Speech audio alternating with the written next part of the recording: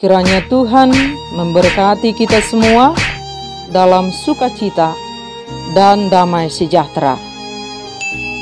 Amin. Bapak, Ibu, dan Saudara yang dikasihi oleh Tuhan Yesus Kristus, kiranya sukacita dan damai sejahtera di dalam Tuhan menyertai kita semua. Firman Tuhan yang menjadi renungan bagi kita, Yohanes pasal 9, ayat 35 sampai dengan ayat yang ke-41, demikian firman Tuhan. Yesus mendengar bahwa ia telah diusir keluar oleh mereka. Kemudian ia bertemu dengan dia dan berkata, "Percayakah engkau kepada Anak Manusia?" Jawabnya, "Siapakah dia Tuhan, supaya aku percaya kepadanya?" Kata Yesus kepadanya, "Engkau bukan saja melihat dia, tetapi dia yang sedang berkata-kata dengan engkau, dialah itu." Katanya, "Aku percaya Tuhan." Lalu ia sujud menyembahnya. Kata Yesus, "Aku datang ke dalam dunia untuk menghakimi, supaya barang siapa yang tidak melihat dapat melihat, dan supaya barang siapa yang dapat melihat menjadi buta." Kata-kata itu didengar oleh beberapa orang Farisi yang berada di situ, dan mereka berkata kepadanya, "Apakah itu berarti bahwa kami juga buta?" Jawab Yesus kepada mereka, "Sekiranya kamu buta, kamu tidak berdosa. Tetapi karena kamu berkata, 'Kami melihat,' maka tetaplah dosamu." Demikian firman Tuhan. Bapak, Ibu, dan Saudara yang dikasihi oleh Tuhan Yesus Kristus, pernahkah kita mengalami penolakan dari orang-orang yang merasa diri paling suci, yang merasa diri paling benar, yang merasa merekalah pemilik kunci surga dan kebenaran? Para kaum agamawi yang sibuk memiliki agama tetapi tidak memiliki hubungan dengan Tuhan dan tidak mengenal Tuhan, yang hidup agamanya berdasarkan aturan-aturan yang dibuat oleh manusia dan tidak hidup melakukan perintah Tuhan. Jika kita pernah mengalaminya, kita patut bersyukur, sebab itu adalah cara Tuhan untuk menyelamatkan hidup kita, untuk mengalami perjumpaan dengan Tuhan secara pribadi, dan mengalami pemulihan secara rohani dari Tuhan Sang Pemilik surga dan pemilik kebenaran sejati. Suatu hari Yesus sedang berjalan bersama para murid-Nya. Mereka melihat seorang yang buta sejak lahir. Para murid bertanya, apakah orang itu buta karena dia telah berdosa atau karena orang tuanya telah berdosa? Dan Yesus mengatakan bahwa baik orang tua maupun orang buta itu tidak berdosa. Orang itu buta supaya Yesus dapat menyembuhkannya dan memperlihatkan kepada orang-orang kuasa Allah.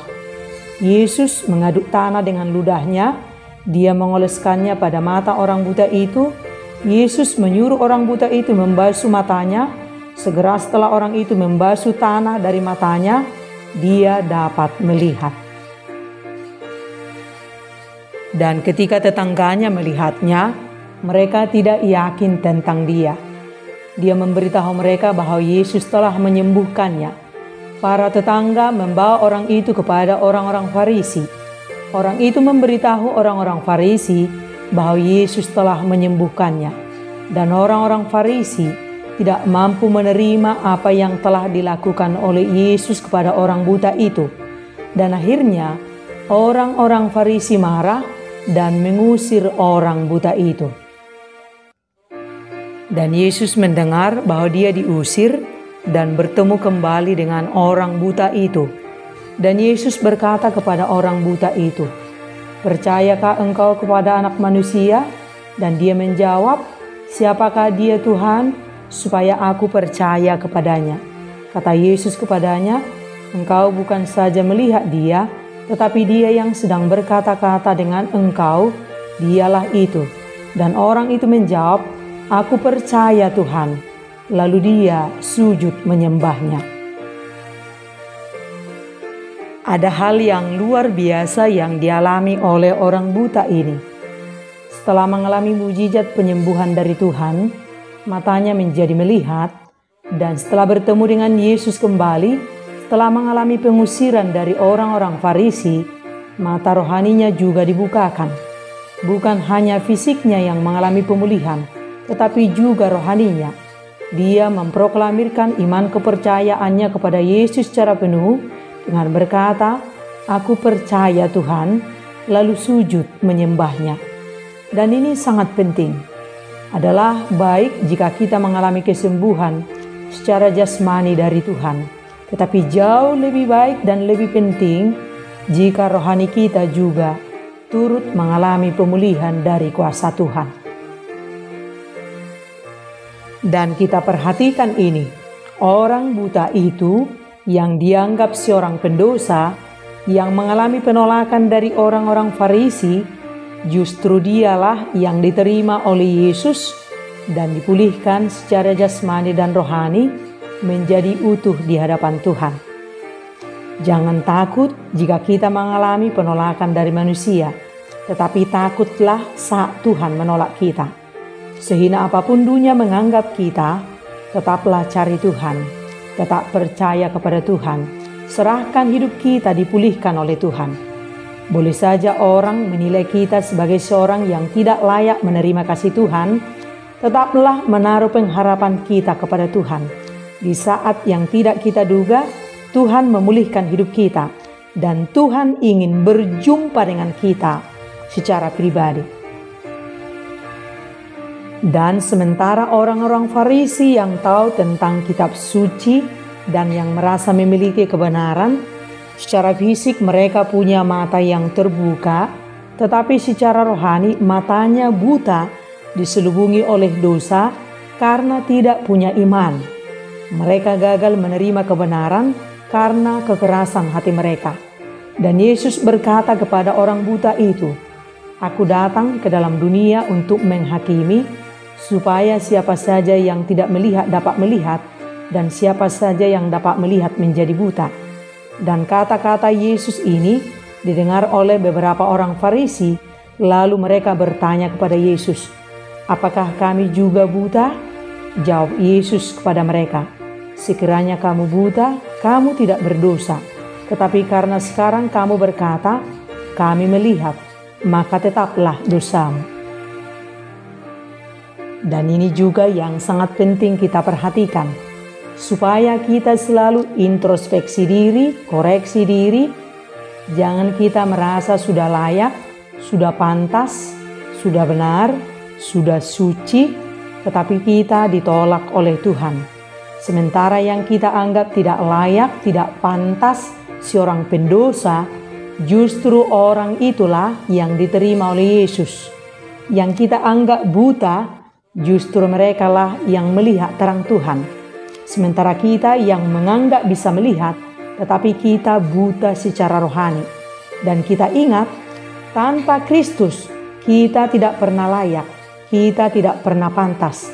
Hanya oleh karena kasih karunia Tuhan, kita dilayakkan, kita dipantaskan, bukan karena usaha kita atau karena perbuatan kita, supaya kita tidak ada yang memegahkan diri. Dan tanpa percaya kepada Yesus, tanpa mengalami perjumpaan secara pribadi dengan Yesus, mata rohani kita tetap terselubung dari terang Kristus. Selama kita hanya sibuk menjadi kaum agamawi, selama kita hanya sibuk menjadi pelaku ritual-ritual agama, kita akan terjebak dalam kegelapan yang mencoba untuk menuju terang, tetapi tetap gagal karena kita bertahan dalam kebenaran yang kita bangun sendiri. Sebab kita tidak menerima terang Tuhan, sebab kita tidak memiliki hubungan dengan Tuhan secara pribadi. Atau kita menjadi orang yang sibuk mempertanyakan apakah itu benar, seperti yang dilakukan para tetangga orang buta itu, atau terkadang kita seperti orang tua dari orang buta itu, karena ketakutan, lalu memilih untuk berdiam dalam zona nyaman, bahkan tetap dalam daerah abu-abu, tidak berani mengambil keputusan untuk ikut Yesus, untuk percaya kepada Yesus. Maukah kita mengalami pemulihan rohani dari Tuhan, supaya mata rohani kita dibukakan dan kita melihat terang Tuhan dalam kehidupan kita? Setiap waktu Tuhan mengetuk hati kita, supaya hati kita dibukakan dan Tuhan tinggal di hati kita, dan kita hidup dalam terang Kristus, dan kita hidup sukacita. Sebab hanya dengan kita mau percaya kepada Tuhan, mengalami perjumpaan dengan Tuhan setiap waktu, maka hidup kita penuh dengan sukacita.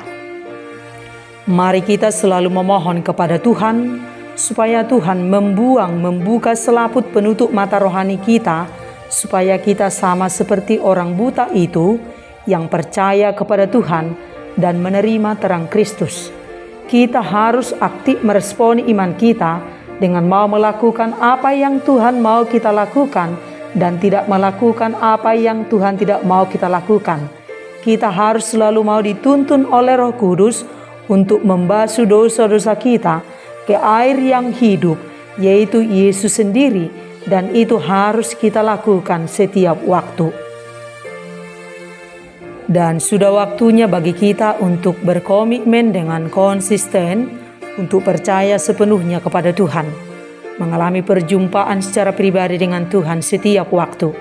Mari kita hidup dalam terang Kristus. Tidak cukup lagi kita hanya menjadi orang yang sibuk melakukan ritual-ritual agama dan menjadi orang yang paling benar hanya dengan melakukan ritual-ritual agama semata. Kita harus sibuk mencari Yesus, mengalami Yesus setiap waktu, dan lihatlah rohani kita akan terus diubahkan, dipulihkan, dan kita akan terus belajar sungguh-sungguh percaya dan taat dan berserah kepada Tuhan. Ada Tuhan di hati kita, dan kita ada di dalam kuasa Tuhan. Dan perlu kita ingat bahwa Tuhan datang ke dunia ini bukan untuk membuat kita menjadi kaum agamawi yang mabuk agama, tetapi tidak memiliki Tuhan. Tuhan datang ke dunia ini untuk membawa gaya hidup baru yang sejati. Kita memiliki hubungan yang intim dengan Tuhan. Kita alami kasih Tuhan nyata dalam hidup kita setiap waktu, dan segala selubung yang menutup mata rohani kita dibukakan oleh Tuhan, dan kita hidup dalam terang Tuhan dan hidup dalam sukacita sejati. Sekali ikut Yesus, selamanya ikut Yesus. Amin.